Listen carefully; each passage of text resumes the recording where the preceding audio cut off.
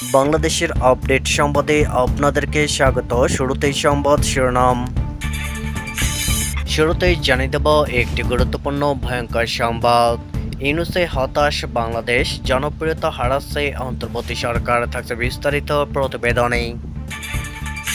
এরপর জানিয়ে দেব খালেদা জিয়ার উপদেষ্টা আবুল মোক্তাদির ওই পাথর লুটের গডফাদার, সিলেটের ত্রাসের রাজত্ব, কোটি কোটি টাকা হরিলুট, থাকছে বিস্তারিত প্রতিবেদনে।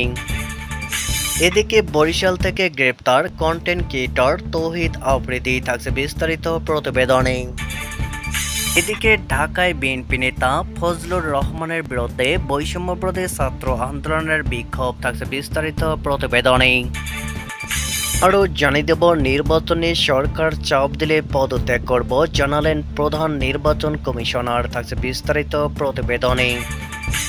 সবশেষে জানিয়ে দেব সিএসির সামনে বিএনপি ও এনসিপি নেতাকর্মীদের মধ্যে তুমুল সংঘর্ষে রণক্ষেত্র, আহত ৩, থাকছে বিস্তারিত প্রতিবেদনে।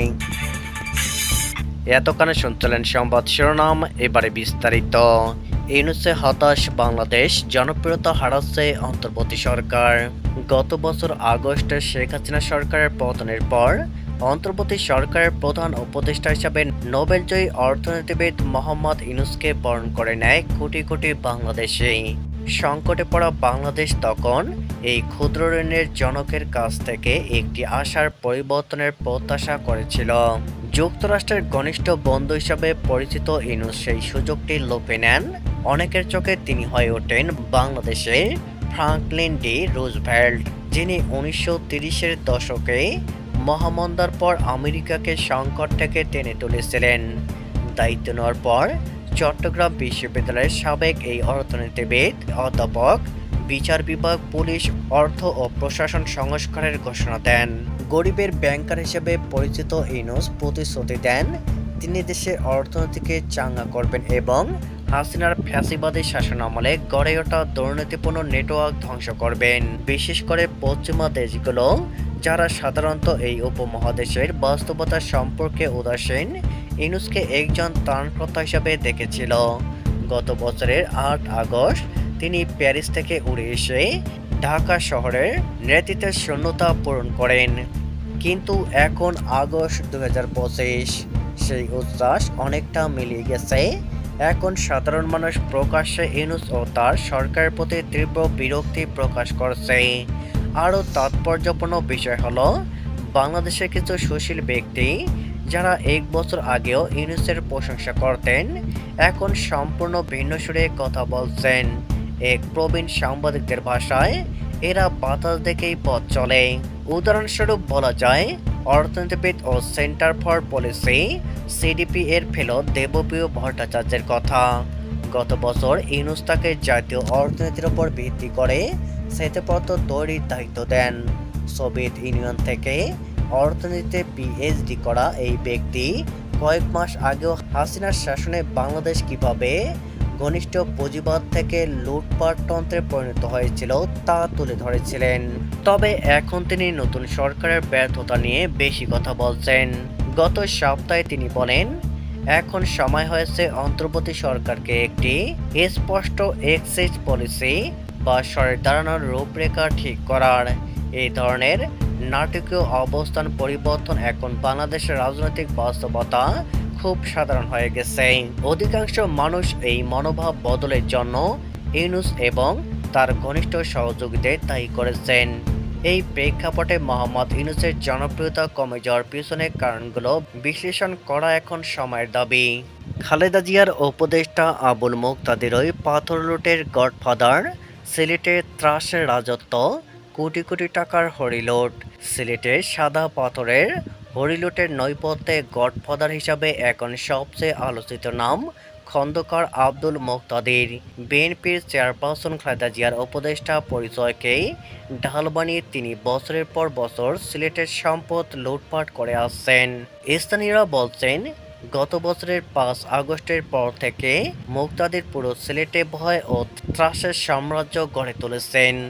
মোক্তাদির ও তার সন্ত্রাসী বাহিনী কয়েক মাসে সিলেটের পর্যটন এলাকা থেকে পাথর লুট করে হাতিয়েছে কয়েকশো কোটি টাকা।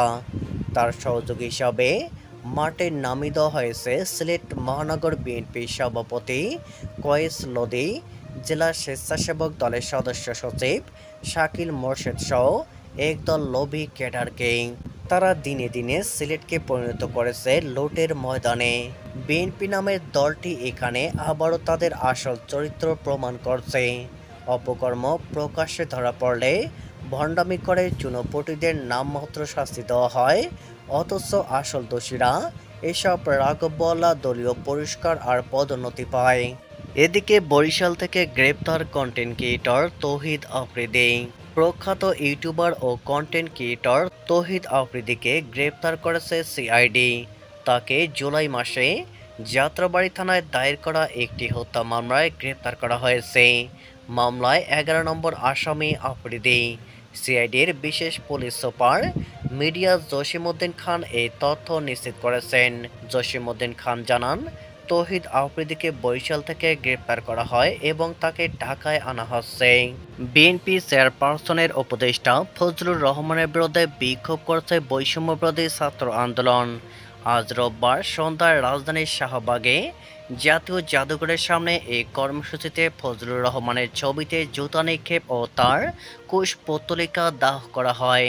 বৈষম্যবিরোধী ছাত্র আন্দোলনের শতাধিক নেতাকর্মী এই কর্মসূচিতে অংশ নেন। সেখানে অভিযোগ করা হয়, বিএনপি নেতা ফজলুর রহমান 5 আগস্টের শক্তিকে কালো শক্তি এবং জুলাই গণ অভ্যুত্থানের সংগঠনকে রাজাকারের বাচ্চা বলেছেন। এর প্রতিবাদে এই কর্মসূচি পালন করেছেন তারা।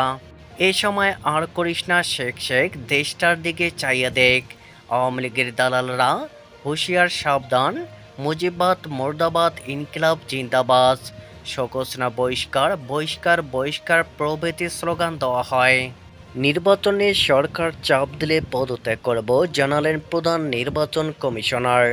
প্রধান নির্বাচন কমিশনার CAC নাসির উদ্দিন স্পষ্ট করেছেন, নির্বাচনে সরকার এখন পর্যন্ত কোনো ধরনের চাপ সৃষ্টি করলে তিনি দায়িত্বে থাকবেন না, পদত্যাগ করবেন। শনিবার 23 আগস্ট সকালে রাজশাহী আঞ্চলিক লোক প্রশাসন প্রশিক্ষণ কেন্দ্রে অনুষ্ঠিত ত্রয়োদশ জাতীয় সংসদ নির্বাচনকে ঘিরে নির্বাচন কর্মকর্তাদের সঙ্গে মত বিনিময় সভার আগে সাংবাদিকদের এক প্রশ্নের জবাবে তিনি এ মন্তব্য করেন। তিনি আরও বলেন, আসন্ন নির্বাচনে আইনশৃঙ্খলা পরিস্থিতির উন্নতি হবে। যারা ব্যালট বাক্স বা ভোট কেন্দ্র দখলের পরিকল্পনা করছেন তাদের সেই স্বপ্ন ভঙ্গ হবে। অস্ত্রের জেরে কেউ জিততে চাইলে তাদের জন্য থাকবে দুঃসংবাদ। ভোট কেন্দ্র দখলের চেষ্টা হলে সংশ্লিষ্ট কেন্দ্রের পুরো ভোট বাতিল করা হবে। সাংবাদিকদের এক প্রশ্নের জবাবে সিসি বলেন, কোনো রাজনৈতিক দলের বক্তব্য নিয়ে তারা মন্তব্য করতে চান না। প্রধান উপদেষ্টার নির্দেশনা অনুযায়ী নির্বাচন কমিশন এগোচ্ছে। প্রধান উপদেষ্টা চিঠি পাওয়ার পর থেকে ফেব্রুয়ারির মধ্যে রমজানের আগে নির্বাচন আয়োজনের প্রস্তুতি জোরদার করা হয়েছে। নির্বাচন পদ্ধতি নিয়ে বিতর্ক প্রসঙ্গে নাসির উদ্দিন বলেন, আনুপাতিক বা পিআর পদ্ধতি নির্বাচন সংবিধানে নেই। সংবিধানের বাইরে আমরা যেতে পারি না। রাজনৈতিক দলগুলো এই বিষয়ে বিতর্ক করছে, তবে আমরা তাতে ঢুকতে চাই না। সিইসির সামনে বিএনপি ও এনসিপি নেতাকর্মীদের মধ্যে তুমুল সংঘর্ষের রণক্ষেত্র, আহত 3। সংসদীয় আসনের সীমানা পুনর্নির্ধারণ নিয়ে দাবি আপত্তি শুনানি শুরু করেছে নির্বাচন কমিশন এসে। রোববার 24 আগস্ট দুপুর 12টার দিকে নির্বাচন ভবনে প্রধান নির্বাচন কমিশনার সিইসি নাসির উদ্দিনের উপস্থিতিতে শুনানি শুরু হয়। শুনানি চলাকালে ব্রাহ্মণবাড়িয়া 2 ও 3 আসন নিয়ে এনসিপি ও বিএনপির সহ আন্তর্জাতিক বিষয়ক সম্পাদক ও সাবেক সংসদ সদস্য ব্যারিস্টার রুমিন ফারহানার অনুসারীদের মধ্যে হাতাহাতি, মারামারি ও উত্তেজনা সৃষ্টি হয়। এই ঘটনায় এনসিপির 3 জন আহত হয়েছেন বলে অভিযোগ ওঠে। আহতরা হলেন এনসিপির নেতা প্রকৌশলী আমিনুল হক চৌধুরী, মোস্তফা সুমন ও আতাউল্লাহ। প্রকৌশলী আমিনুল হক চৌধুরী অভিযোগ করে বলেন, আমাদের অপরাধ শুধু এই যে আমরা দাবি নিয়ে ইসিতে এসেছি, সেই কারণে সিইসির সামনেই আমাদের আক্রমণ করা হয়েছে।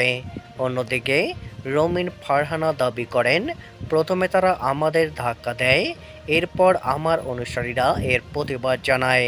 তবে এনসিপি নেতাকর্মীদের মারধরের বিষয়ে তিনি বলেন, তারা আসলে কারা? এনসিপি জামায়াত না গুন্ডা মাস্তান তা আমরা জানি না। এই সময় উপস্থিত নির্বাচন কমিশনের সিনিয়র সচিব আখতার হোসেন চেষ্টা করেও দুপক্ষের সংঘর্ষ থামাতে ব্যর্থ হন।